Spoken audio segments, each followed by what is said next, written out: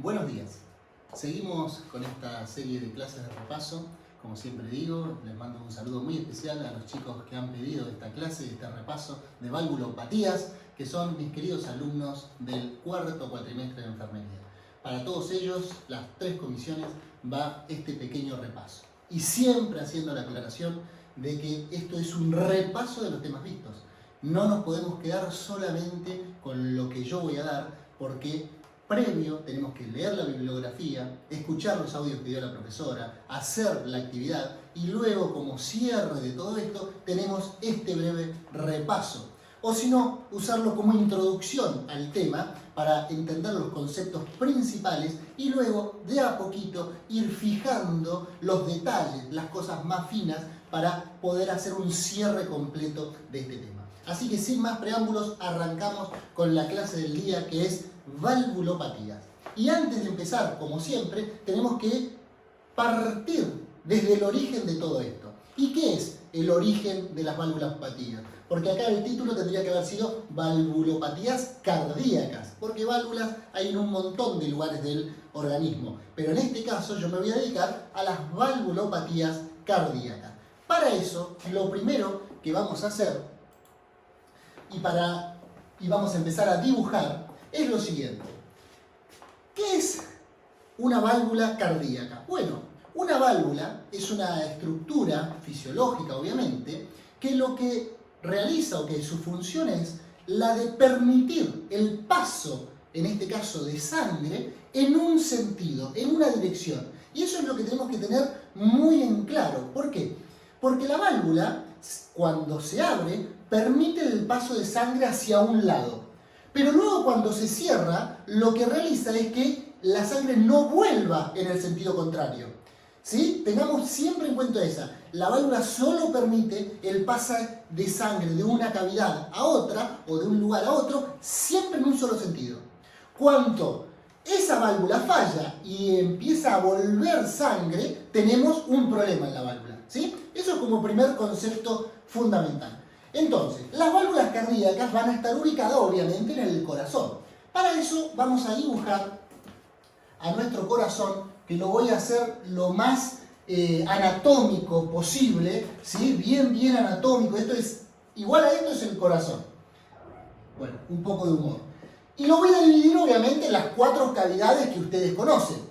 Y solamente porque a mí me gusta, voy a dibujar el ventrículo izquierdo acá arriba y el ventrículo derecho, obviamente, en la posición anatómica del lado derecho. Y voy a dibujar la aurícula izquierda y la aurícula derecha.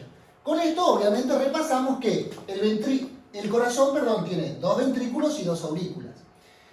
Lo que también recordamos es que va a haber una comunicación entre la aurícula izquierda y el ventrículo izquierdo. Esta comunicación se daba a través de una válvula, ¿sí? Que va a permitir el pasaje de sangre de la aurícula izquierda al ventrículo izquierdo.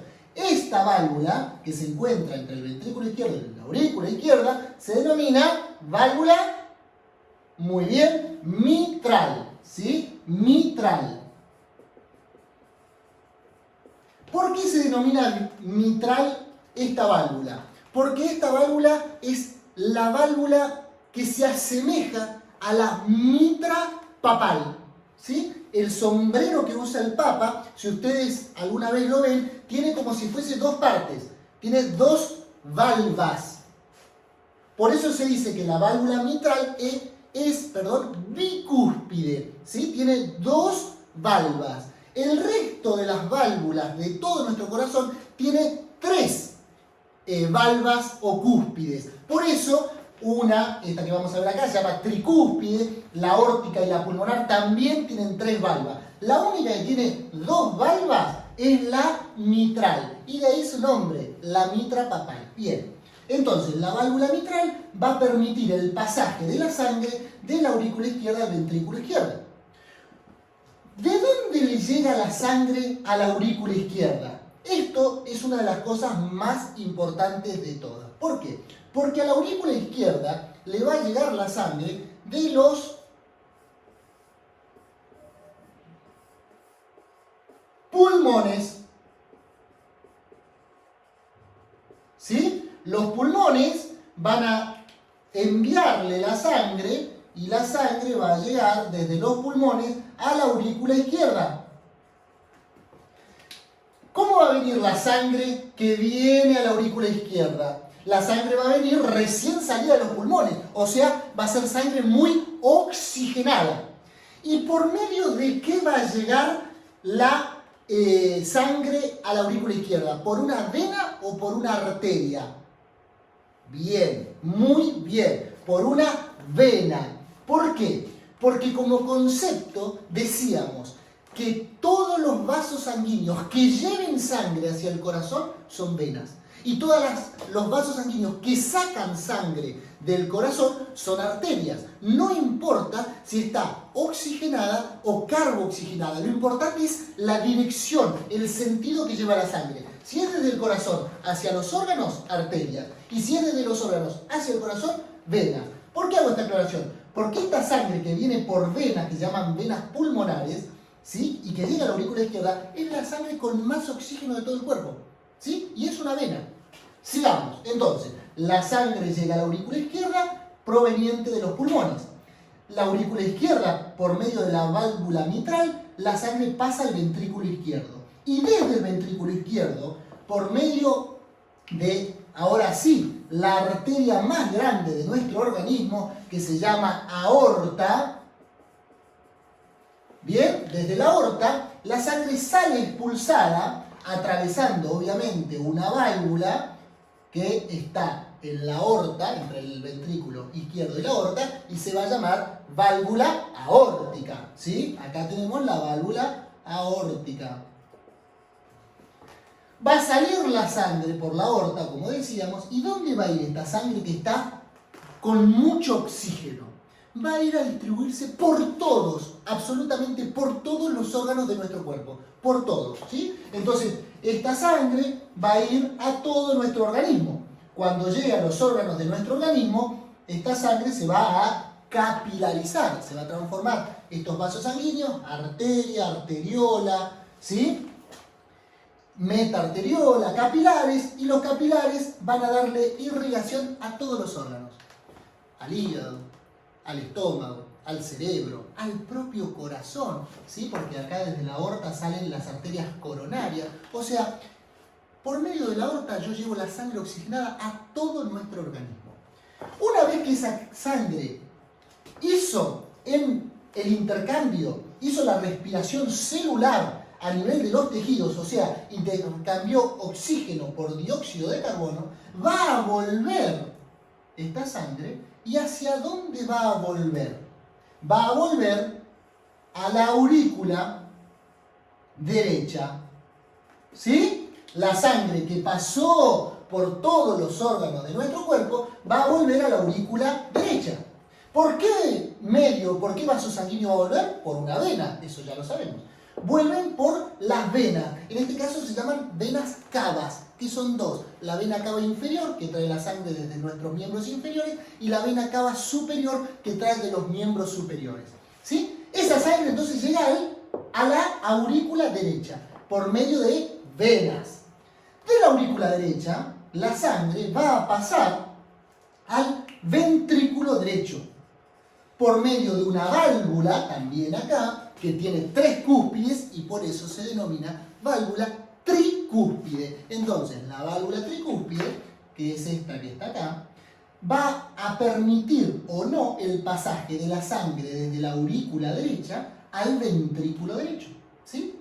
Ahora, esta sangre que volvió al corazón, que fue oxigenada, vuelve con mucho dióxido de carbono. ¿Y qué voy a tener que hacer con la sangre que tiene mucho dióxido de carbono? La voy a mandar a los pulmones a hacer el proceso contrario, a hacer la hematosis. O sea, voy a realizar el intercambio gaseoso, pero ahora en los pulmones le voy a dar dióxido de carbono al aire y voy a tomar oxígeno del aire, ¿sí? Entonces, a través del ventrículo derecho se va a bombear sangre por medio de una arteria y pasando por una válvula, ¿sí? Esta arteria se llama arteria pulmonar, y la válvula que se encuentra entre el ventrículo derecho y la arteria pulmonar se llama válvulas pulmonares, ¿sí? Entonces, esta sangre que viene como carboxigenada con todo el dióxido de carbono va hacia los pulmones, en los pulmones se vuelve a capilarizar, se realiza la hematosis y va a volver ahora sí la sangre con mucho oxígeno hacia la aurícula izquierda. ¿Para qué? Para volver a comenzar con este circuito, ¿sí? Este breve resumen nos indica varias cosas. Primero, la ubicación de cada válvula. Segundo, el nombre de cada válvula. Y tercero, y lo que a mí me parece más importante de todo, es identificar lo que se denomina el circuito mayor o circulatorio, ¿sí? El circuito mayor de la circulación, perdón, o el circuito menor o pulmonar, ¿sí? ¿Cómo es esto del circuito mayor de la circulación y menor? Bueno, se le dice mayor al circuito que va a irrigar todos los órganos de nuestro cuerpo. ¿Y cómo era? Comenzaba en el ventrículo izquierdo, miren.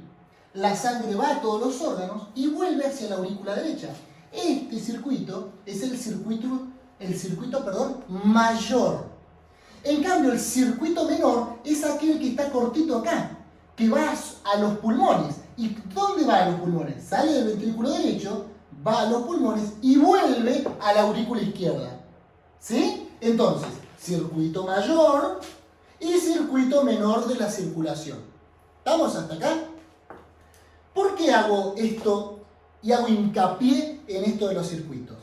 Porque lo más importante que ustedes tienen que aprender, queridos alumnos, de valvulopatías, es el concepto de que si la válvula falla, lo que va a producir es daños tanto para atrás como para adelante del circuito del cual está la válvula.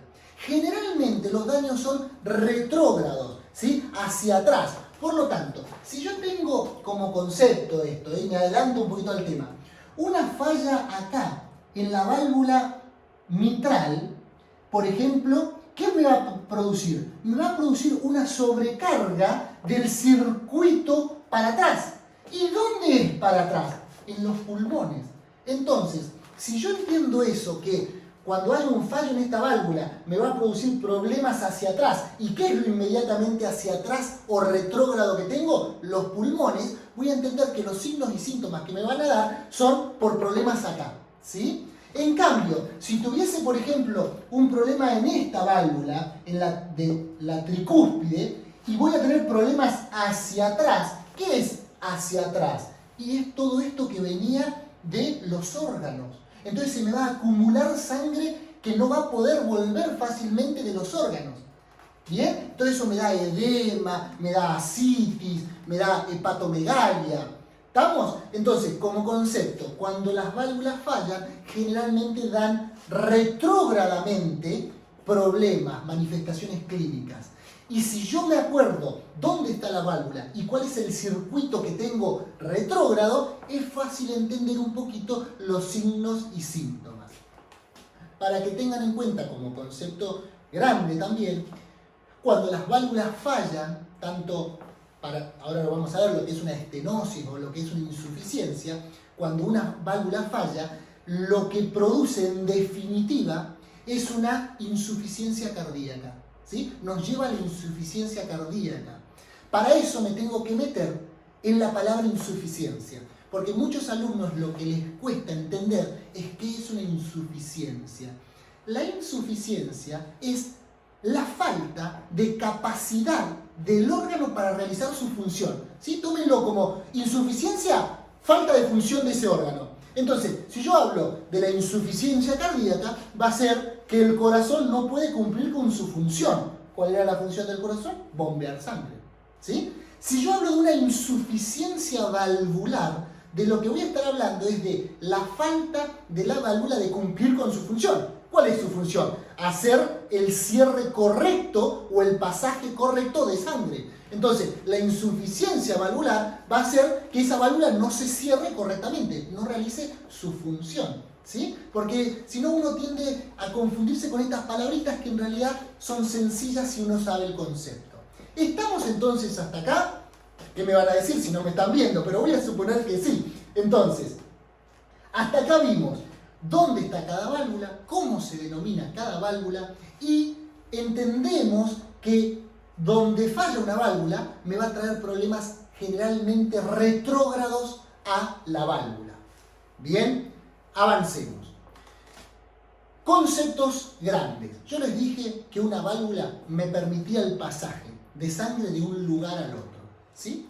Por lo tanto, la válvula no es más que una estructura. Cuando la válvula se abre, ¿sí?, mediante músculos, va a permitir el pasaje de sangre, como dijimos. Ahora, vamos a suponer que una válvula tiene una superficie, ¿sí?, tiro números así aproximados, de entre 2 y 4 centímetros cuadrados, ¿sí? Una superficie X, la válvula. La válvula permite que tenga esta superficie cuando se abre. ¿Qué es lo que le puede ocurrir? ¿O cuáles son las dos cosas que le pueden pasar a la válvula? Una es que por alguna causa este agujero se haga más chiquito. ¿Bien? Cuando el agujero de la válvula se hace más chiquito, la sangre le va a costar pasar de una cavidad a la otra y a esto se lo denomina estenosis. ¿Sí? La estenosis es el achicamiento, si me permiten la palabra, de la superficie valvular. Esto se puede ver por muchas causas, generalmente por engrosamiento, ¿sí?, de las valvas, que son 3. Yo acá dibujé 4, pero son 3 generalmente, ¿sí? Bien, entonces se engrosan las valvas y eso produce un estrechamiento, una estenosis valvular. Y lo segundo que puede pasar es que cuando la válvula se cierra completamente, la válvula se cierra, en vez de cerrarse completamente y obstruir el paso de la sangre, que la sangre no vuelva, me deja un agujerito chiquitito, al principio más grande. Esto se llama insuficiencia, porque la válvula no cumple con la función de cerrar. Entonces, cuando la válvula se cierra, pero igual queda un agujerito y me permite el reflujo de sangre, a eso se lo denomina insuficiencia valvular. Por eso, en las válvulas tengo dos patologías: las estenosis o achicamiento o la insuficiencia, que es la falta de cerrado de la válvula en sí. ¿Estamos hasta acá? Una vez que vimos estos conceptos fundamentales y grandes, vamos a avanzar para no aburrirlos. Hicimos un repaso de los primeros temas del año y avanzamos. Les voy a dejar este PowerPoint, se los voy a subir al campus, ¿sí?, para que repasen, así que no se vuelvan locos. Esto es lo mismo que yo dibujé, un grafiquito donde está el circuito mayor y el circuito menor o pulmonar, ¿sí? Después para que lo repasen tranquilos en sus casas. También vamos a repasar un poquito esto que decíamos. Fíjense, el corazón durante la sístole y el corazón durante la diástole. O sea, el corazón cuando se contrae y el corazón cuando se relaja. ¿Qué es lo que ocurre en la sístole? Miren, en la sístole tenemos dos arterias, bien digo, la arteria pulmonar y la arteria aórtica, ¿sí? Cuando el corazón se contrae, la válvula aórtica se abre y la sangre es bombeada al resto del cuerpo. Y también cuando el corazón se contrae, la válvula pulmonar se abre y la sangre es bombeada desde el ventrículo derecho hacia los pulmones. En cambio, en la diástole ocurre lo contrario. Se cierran las válvulas de la aorta y de la pulmonar y se abre la comunicación entre la aurícula y el ventrículo. O sea, se abre la mitral y se abre la tricúspide. Fíjense que acá en la sístole, la válvula pulmonar y la tricúspide y la mitral están cerradas, ¿sí? O sea, cuando el corazón se contrae, cuando hay una sístole, lo que hace es, se contraen muy fuerte los ventrículos, abro la válvula que está entre el ventrículo y la arteria correspondiente para sacar sangre del corazón. Y obviamente, ¿qué quiero hacer si el corazón se contrajo? Que la sangre que está en el ventrículo vaya solo hacia las arterias, no vuelva hacia las aurículas. Entonces cierro la válvula aurículo-ventricular correspondiente, la mitral o la tricúspide. En la diástole hago al contrario. En la diástole yo necesito que el corazón se llene de sangre. Entonces, cierro las arterias, las válvulas que van hacia las arterias, o sea, que me van a permitir sacar sangre del corazón, en este caso la aórtica y lo pulmonar, y abro las válvulas, como estoy trabado con eso, parece un trabalengua, abro las válvulas que comunican la aurícula con el ventrículo.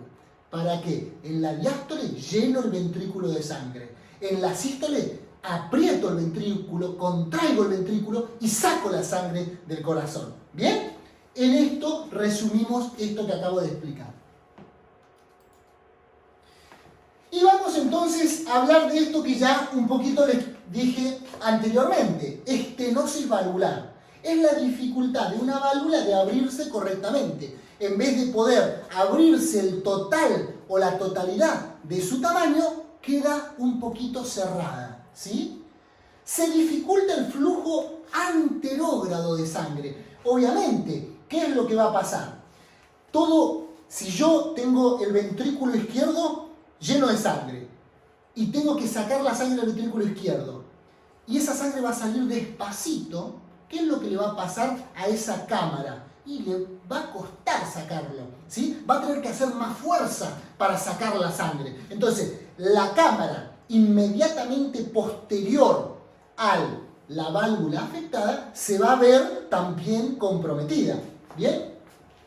¿Y esto a qué va a llevar? Esto lleva a una hipertrofia concéntrica. Pensemos esto. Vamos a explicarlo siempre con el ventrículo, que es más fácil. El ventrículo está compuesto por músculo.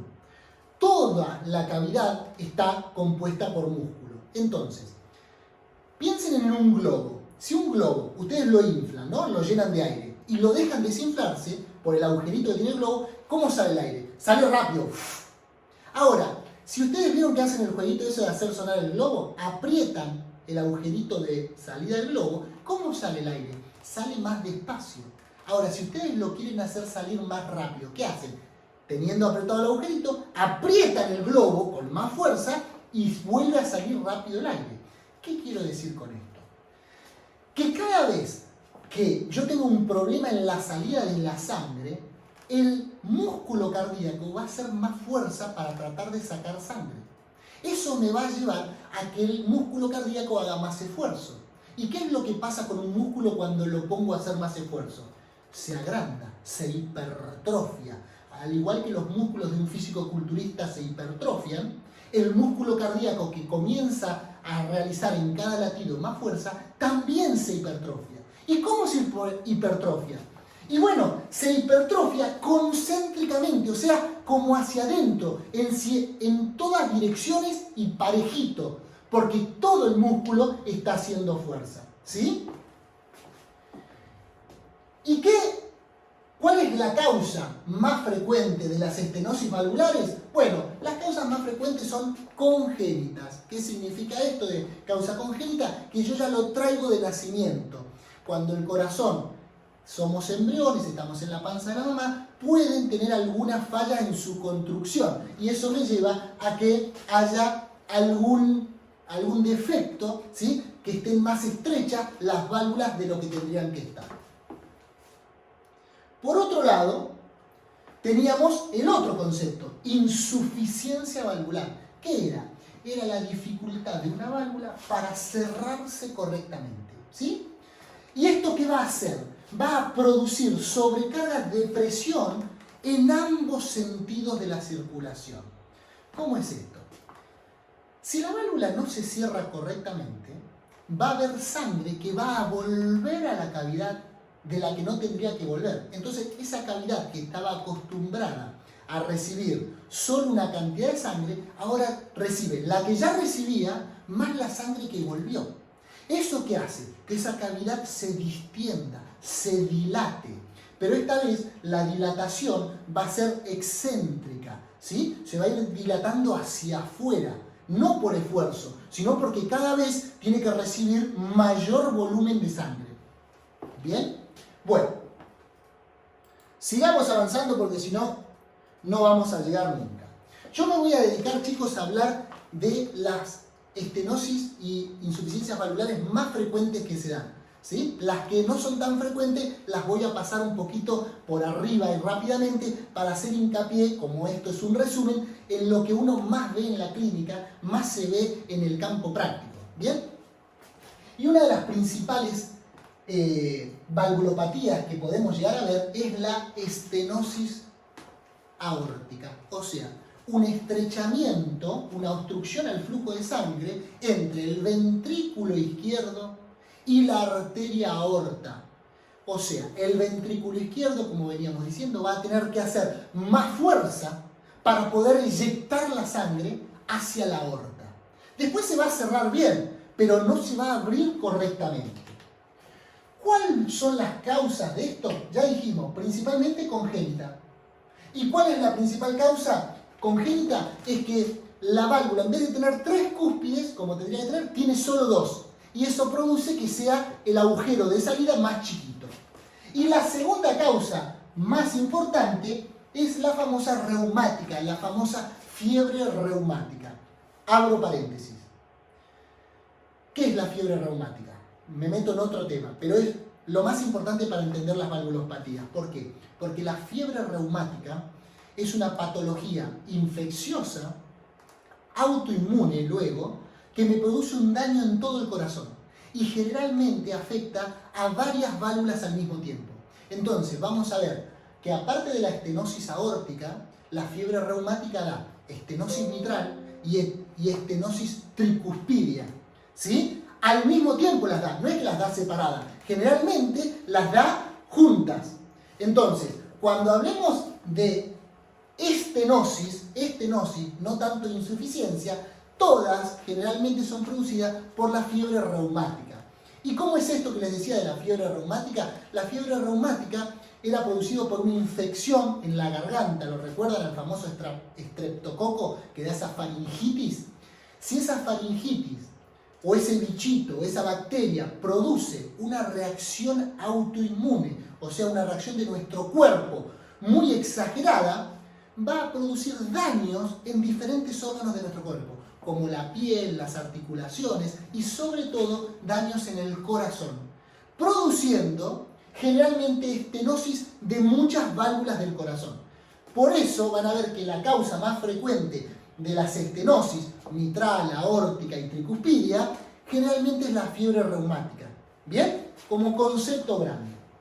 Y también obviamente hay una causa degenerativa, o sea, con el tiempo, que es por la acumulación de lípidos, calcio y otras sustancias a nivel de las válvulas. Si yo voy engrosando las válvulas, ¿y qué voy a hacer? Cada vez el agujerito de salida o la superficie de salida va a ser más chiquito. Ahora, vamos a lo más importante. ¿Cuáles van a ser los signos y síntomas de una estenosis de la válvula aórtica? Pensemos lo que yo dije. Si yo al corazón, al ventrículo, tiene que hacer fuerza para sacar la sangre, tiene que hacer fuerza para que esa sangre llegue al cuerpo. Esa sangre que salía del ventrículo izquierdo, ¿cómo iba? Bueno, iba con mucho oxígeno, ¿sí? Y si el corazón tiene que hacer fuerza para mandar sangre oxigenada al cuerpo, ¿qué es lo que voy a tener? Bueno, voy a tener primero angor, me va a doler el corazón, ¿sí? Voy a tener un dolor de pecho. ¿Por qué? Porque ese ventrículo está sufriendo para realizar su trabajo normal. Entonces eso me va a dar dolor de pecho, dolor opresivo, no puntual, un dolor opresivo, un dolor que viene y se va, ¿sí? Me va a dar mareos porque está llegando poca sangre oxigenada al cuerpo. Me puede dar síncope, o sea, me puedo desmayar. ¿Por qué? Porque mi cerebro no recibe buena oxigenación. También, en definitiva, me va a dar disnea, porque la sangre también deja de llegar correctamente a los pulmones, deja de oxigenarse correctamente y empieza a dar problemas de dificultad respiratoria. Pero sobre todo, la estenosis aórtica, piénsenla como la dificultad que tiene la sangre oxigenada en llegar a los órganos. Entonces, todos los órganos les llega poco oxígeno y empiezan a trabajar dificultosamente. El que primero siente la falta de oxígeno es el cerebro. Por eso, los mareos, los síncopes. ¿Bien? Y hay algo que es interesante en los signos y síntomas, que dice que es el pulso parvus y tardus. ¿Qué es esto? Vieron que el pulso era una onda. Era la onda con la que se dilataba la arteria, donde tomábamos el pulso, y volvía a su forma normal. Esta es como que sería la forma del pulso normal. Ahora, si yo tengo un estrechamiento en la salida de la sangre, el pulso, ¿qué va a hacer? Es como que va a ser más largo y más chiquito. ¿Sí? Va a ser un pulso más largo y chiquito, dependiendo de la gravedad. ¿Por qué? Porque es esto que yo les digo. Un globo lleno de aire, si le aprieto la salida y el aire sale, ¿cómo sale? Voy a hacer un gesto, ¿no? No es que sale, ¿bien? No es que sale, sino que hace y termina de salir. Es más largo, por eso tardus, y parvus es más cortito que el pulso normal. ¿Bien? Esto se los menciono porque en muchos libros lo mencionan y si no van a decir, ¿qué es eso del pulso parvus y tardus? Bueno, es que es un pulso más chatito, la onda, y más larga. Por eso que les digo del ejemplo del globo. La sangre sale despacito y tarda más en salir. El ventrículo está haciendo más fuerza para que la sangre pueda salir. ¿Va a haber hipertrofia del ventrículo? Julio, ¿va a haber hipertrofia del ventrículo? Sí. Muy bien, acá tengo el público presente que dice que sí, el ventrículo se va a hipertrofiar, chicos, hace más fuerza para poder sacar sangre. Bien, ¿cómo voy a hacer el diagnóstico de estos trastornos? El diagnóstico general para todas las valvulopatías es más o menos igual. Voy a tener, obviamente, como hay un problema en la válvula, no me quiero meter en esto de los soplos porque es una clase aparte, pero siempre voy a encontrar un soplo. ¿Qué es un soplo? Es un ruido cardíaco extraño o fuera de lo común. ¿Bien? Y justamente se llaman soplo porque suenan como si fuese un soplido, ¿sí? Entonces, yo voy a hacer un examen clínico donde voy a encontrar un soplo, eso me va a dar sospecha de que hay problemas en una válvula. Luego siempre voy a hacer un electrocardiograma, en este caso en la estenosis voy a encontrar la famosa hipertrofia ventricular izquierda que se ve en un electrocardiograma. Luego voy a poder hacer una radiografía de tórax. ¿Y qué voy a ver en la radiografía de tórax? Y el corazón, al estar hipertrofiado, va a ser un corazón más grande, ¿sí? Entonces eso se llama cardiomegalia. Y también, bueno, hay una dilatación postestenótica de la aorta ascendente, que como la aorta empieza a recibir más sangre durante más tiempo, por ese pulso que yo les decía, también se comienza a dilatar de a poquito. Y por último, siempre para todas las valvulopatías, el diagnóstico más preciso se realiza por una ecocardiografía Doppler. El Doppler era como si fuese una ecografía del corazón, pero que, perdón, no me sale la palabra, pero que evalúa, ahí está, el flujo, el pasaje de sangre de una cavidad a la otra. Entonces, si yo puedo ver que el pasaje de sangre está disminuida, puedo decir, mediante el ecodoppler, que tengo una insuficiencia. En cambio, si yo lo que veo es que la sangre vuelve hacia la cavidad, ¿qué voy a decir? Que tengo una insuficiencia. Por eso es que analizando el flujo, por eso el ecodoppler, siempre me va a dar el diagnóstico y también me va a servir para evaluar la severidad o el grado de severidad de la valvulopatía. ¿Sí? Entonces, siempre el diagnóstico más preciso lo hace el ecocardiograma Doppler, siempre. No significa que previamente no pueda hacer un estudio clínico, un electrocardiograma y una radiografía de tórax. Por último, acá les muestro en una radiografía, miren este corazón, miren lo que ocupa de nuestro tórax. El corazón normal tendría que quedar más o menos así, chicos, ¿sí? Y miren todo lo que ocupa este corazón de más. Tiene una hipertrofia ventricular izquierda. Y miren esto, el botón aórtico tendría que estar más o menos acá, y acá lo que se ve, ¿sí?, es que la aorta ascendente está dilatada. ¿Bien? Esto es lo que se ve en una radiografía de tórax. Por último, el tratamiento. Y vuelvo a repetir. todas, pero absolutamente todas las valvulopatías, en su grado moderado o severo, el tratamiento definitivo es quirúrgico. Hay que hacer un reemplazo valvular, sacar esa válvula y poner otra. Tanto si es una insuficiencia como si es un estenosis o si es una estenosis. ¿Está claro? Siempre el tratamiento va a ser quirúrgico, cuando es moderado o grave. Cuando son casos leves o moderados con buena clínica, yo puedo hacer un tratamiento médico.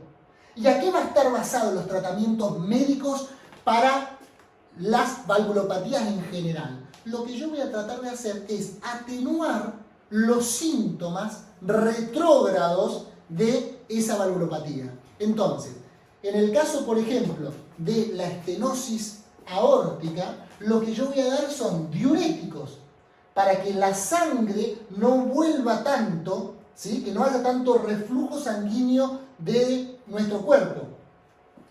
Haya menos volumen, para que el corazón mueva menos volumen y no le cueste tanto hacer fuerza. ¿Se entiende? También le voy a dar esto, los IECAs, ¿sí? ¿Se acuerdan los IECAs? Los antihipertensivos.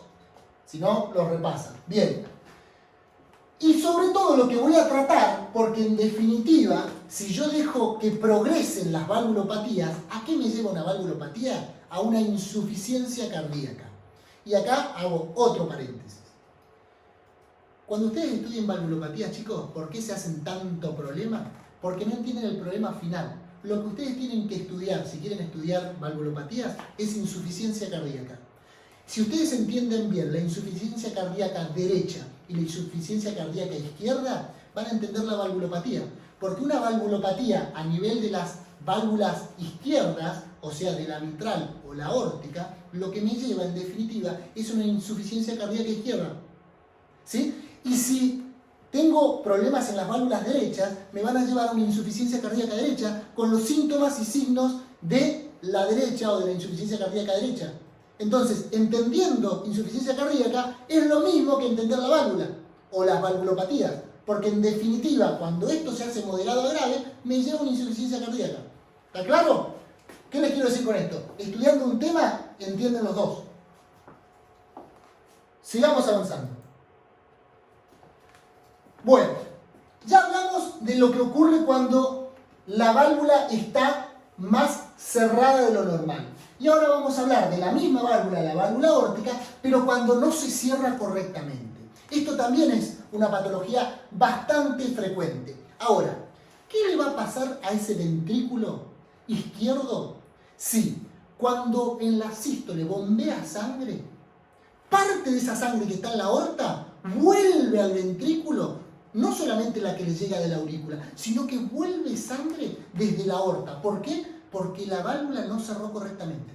Entonces, ese ventrículo va a recibir la sangre que le viene de la aurícula, pero la sangre que vuelve de la aorta, produciendo una dilatación del ventrículo, de esta manera excéntrica, o sea, hacia afuera, por mayor volumen, ¿sí? Y el ventrículo va a tener que empezar a trabajar cada vez con mayor volumen. ¿A qué me va a llevar esto en definitiva? A que en algún momento el ventrículo se dilata, hasta que llega un momento y dice, yo hasta acá llegué, dejo de funcionar. Y eso es la famosa insuficiencia ventricular. ¿Sí? ¿Por qué? Y porque cada vez lo hago trabajar con más sangre, hasta que un momento dice, yo no puedo trabajar más. ¿Bien?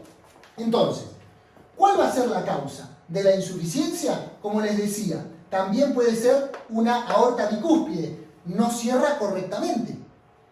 Degeneración, degeneración, ¿sí? Que se empiece a romper la válvula, ¿sí? Se empieza a degenerar por la edad, por ejemplo. O la enfermedad reumática. Primero la inflama, pero después la puede degenerar. Y también el sífilis, chicos. El sífilis produce una degeneración de las válvulas aórticas. Miren, acá hay una serie de signos y síntomas que muchos libros lo describen. A mí no me interesa que se los acuerden mucho, pero sí los tengo que mencionar porque si no parece que pasé de largo un montón de cosas. Lo más importante que yo voy a tener, chicos, es disnea. el cuerpo le empieza a llegar la sangre como tarde, porque parte de la sangre que tendría que ir hacia adelante empieza a volver hacia el corazón, empieza a volver hacia el ventrículo. El ventrículo, al tener más sangre, hace que la aurícula no le pueda mandar toda la sangre que le tiene que mandar. Entonces, la aurícula izquierda, ¿de dónde recibía sangre? De los pulmones. Si la aurícula recibía sangre de los pulmones, ¿sí?, y esa sangre venía con oxígeno, se empieza a producir hacia atrás también una congestión de los pulmones. Y eso me lleva a la disnea. Sobre todo, disnea de esfuerzo. Cuando empiezo a exigir al cuerpo, no circula el oxígeno correctamente porque parte de la sangre vuelve y me da disnea. Y hay una serie de signos, ¿sí?, que aparecen acá, como por ejemplo el signo de Muset, que lo van a ver, está en todos los libros. ¿Qué es esto? Es esto. Cada vez que el corazón se contrae, la cabeza hace esto, ¿sí? Eso se le llama signo de Muset y es propio de esta valvulopatía, ¿bien? De la insuficiencia de la válvula aórtica. ¿Qué otro signo? El famoso signo de Durosiez. ¿Qué es esto? Si yo con el estetoscopio presiono la arteria femoral, la sangre, cuando uno presiona una arteria, circula en un sentido y, ¿cómo les puedo decir?, produce un flujo turbulento, es como que hace ruido. Pero lo interesante de esto es que como la sangre va en un sentido, pero la válvula atrás no cerró, después va a volver. Entonces yo escucho como si fuese un doble soplo. Escucho en esa arteria un para un lado y vuelve para el otro. ¿Sí? ¿Por qué? Y porque no se cerró la válvula. Si no, yo tendría que escucharlo solo haciendo un sentido, ese soplo. ¿Sí? Pero ¿qué escucho? En un sentido y después que vuelve, que se regurgita hacia el ventrículo. Otro signo es el signo de Müller, que si yo miro el velo del paladar con una linterna arriba en la boca, voy a ver como que hay latidos. ¿Por qué es todo esto? Por el famoso martillo de agua. Pensemos esto. El ventrículo está acostumbrado a manejar una cantidad de sangre. Si ese ventrículo, en vez de manejar esa cantidad, cuando se contrae, maneja esa cantidad, que es la que le llegó de la aurícula, más la que le volvió de la aorta, ¿sí?, esa sangre que sale del ventrículo va a ser mucho más que la que era originariamente. Entonces, es como que ustedes a ese globo lo llenaron de más y lo apretaron fuerte. ¿Cómo sale el aire? Sale muy fuerte y mucho. Entonces, a eso se le llama martillo de agua. Es como un golpe que pega la sangre contra la arteria y la dilata mucho. ¿Bien? También se denomina pulso Zeller, muy grande. También en antiguos libros se llamaba pulso Magnus, porque era una onda muy grande debido a la gran cantidad de sangre que expulsaba el ventrículo izquierdo. ¿Bien? Entonces, síntomas, sobre todo, disnea. ¿Por qué? No puedo mandar sangre correctamente oxigenada a nuestro cuerpo. El diagnóstico, como les decía, siempre voy a tener un soplo, siempre este va a ser en el foco aórtico porque la la válvula que está con problemas es la válvula aórtica. El electrocardiograma en este caso no es muy específico.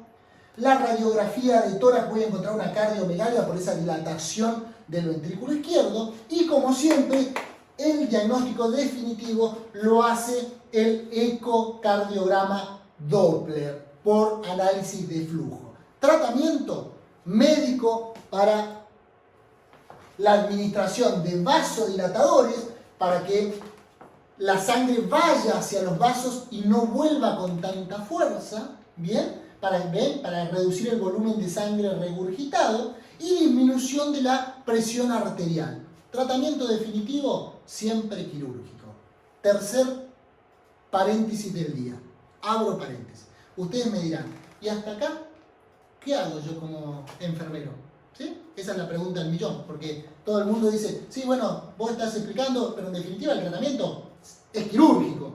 O sea, ¿y yo como enfermero qué hago? Y como enfermero tengo unas tareas muy, pero muy importantes. ¿Que cuáles son? Primero tengo que asesorar al paciente de lo que le está pasando. Entonces, si yo no entiendo el concepto y lo que le pasa, nunca voy a poder asesorar al paciente. Entonces, Punto número 1, asesorar al paciente de lo que le está pasando. Y usted tiene disnea porque retrógradamente o porque la sangre no circula correctamente, ¿sí? Se lo van a poder explicar con sus palabras de lo que le pasa al paciente.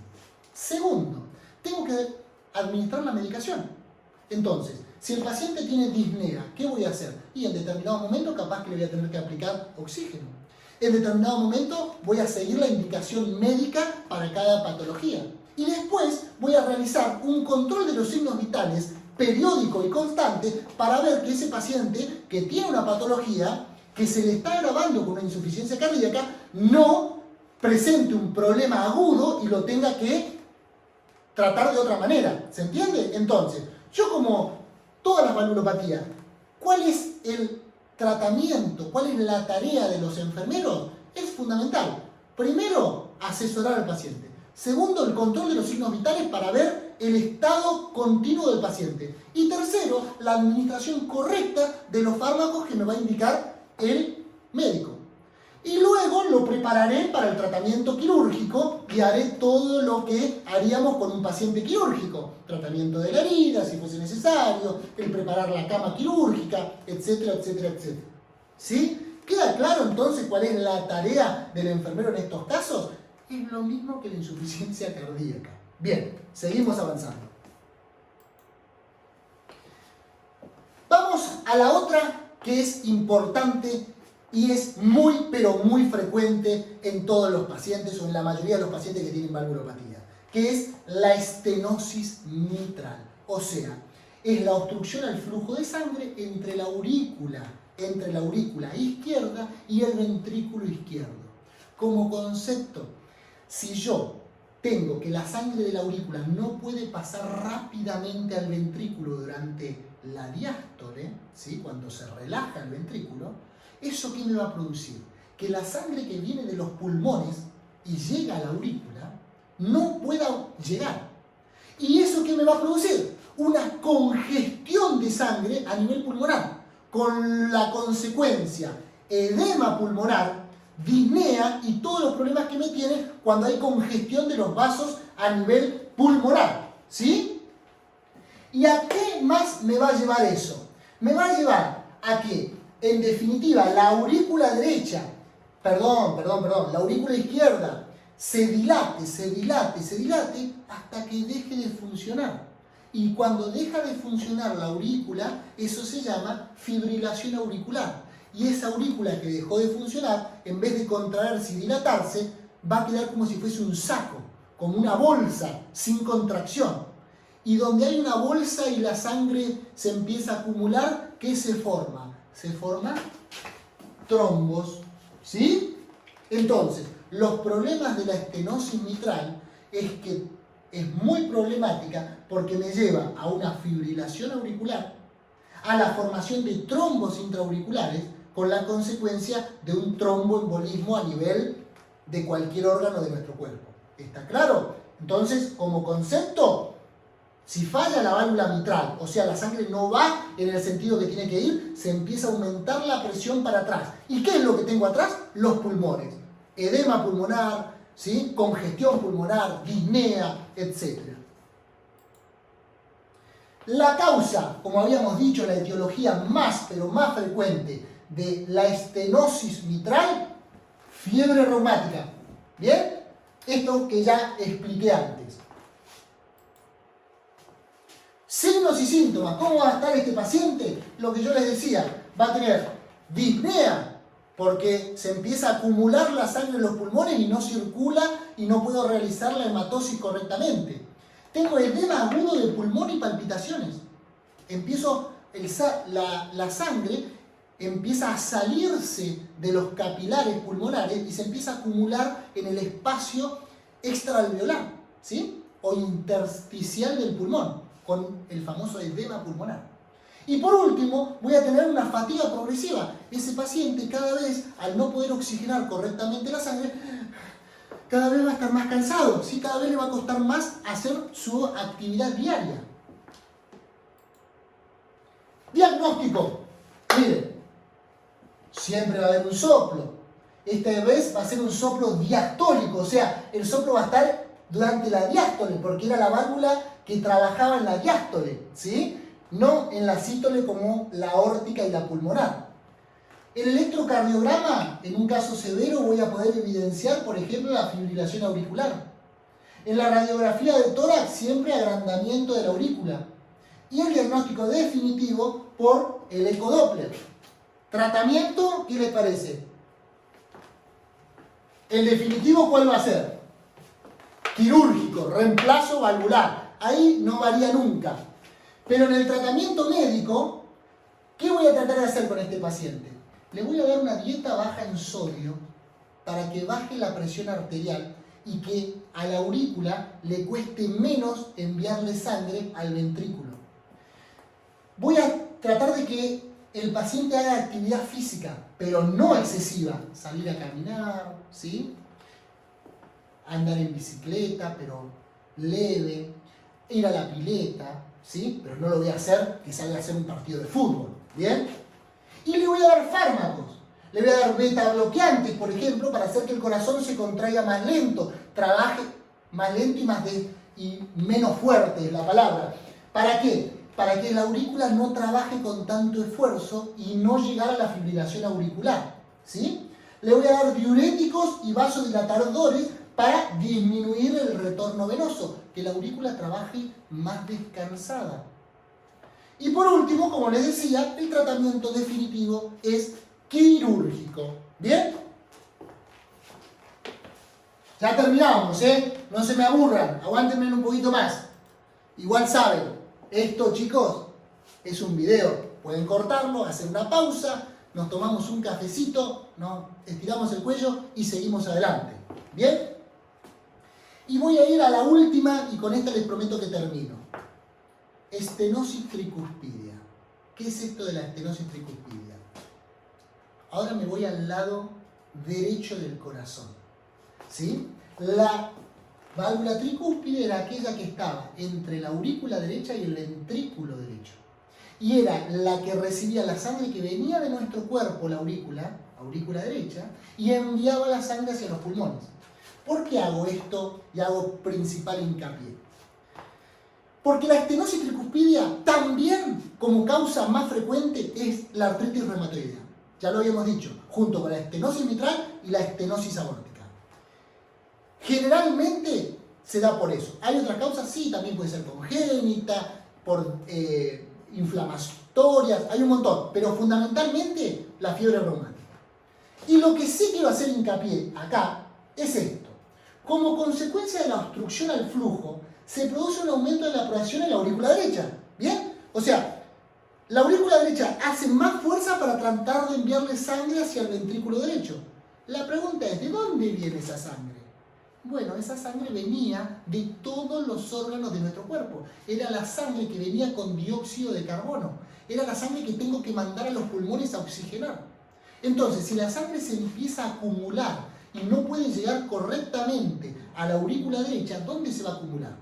Se va a acumular en todo nuestro organismo, produciendo los famosos edemas.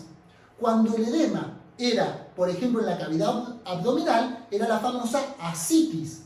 Pero también se va a producir hepatomegalia, porque el hígado no va a poder trabajar y enviar la sangre por, ¿sí?, la circulación correctamente. Recuerdan que el hígado tenía una vena que iba a desembocar en definitiva en las venas cavas. ¿Lo recuerdan eso? Si no lo repasan.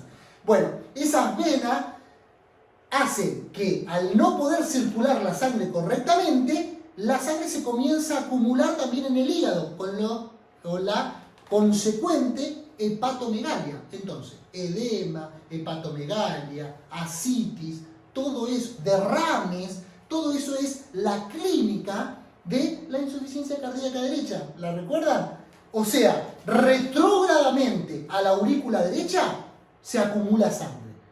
Concepto: estenosis tricuspidia. ¿Bien?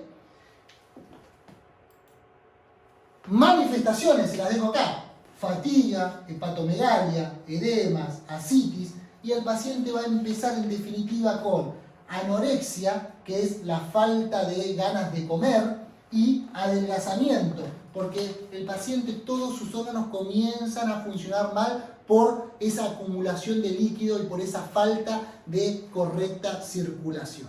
Bueno, como breve resumen a todo lo que vimos y para terminar, les digo, siempre recuerden, los problemas de las válvulas generan hacia atrás, o sea, retrógradamente al circuito, problemas, acumulación de sangre. El o la función de los enfermeros es tratar la enfermedad de base y dar asesoramiento, control de los signos vitales y la correcta medicación en los casos que haga falta para el tratamiento prequirúrgico. ¿Cuándo se da un tratamiento quirúrgico en estos pacientes? Cuando la insuficiencia valvular o estenosis valvular es moderada a grave. Hay casos, chicos, donde la insuficiencia o la estenosis es leve y puede pasar toda la vida el paciente asintomático y sin ningún tratamiento. Solo se trata cuando es moderada o grave y cuando empieza a traer síntomas en el paciente en la vida cotidiana.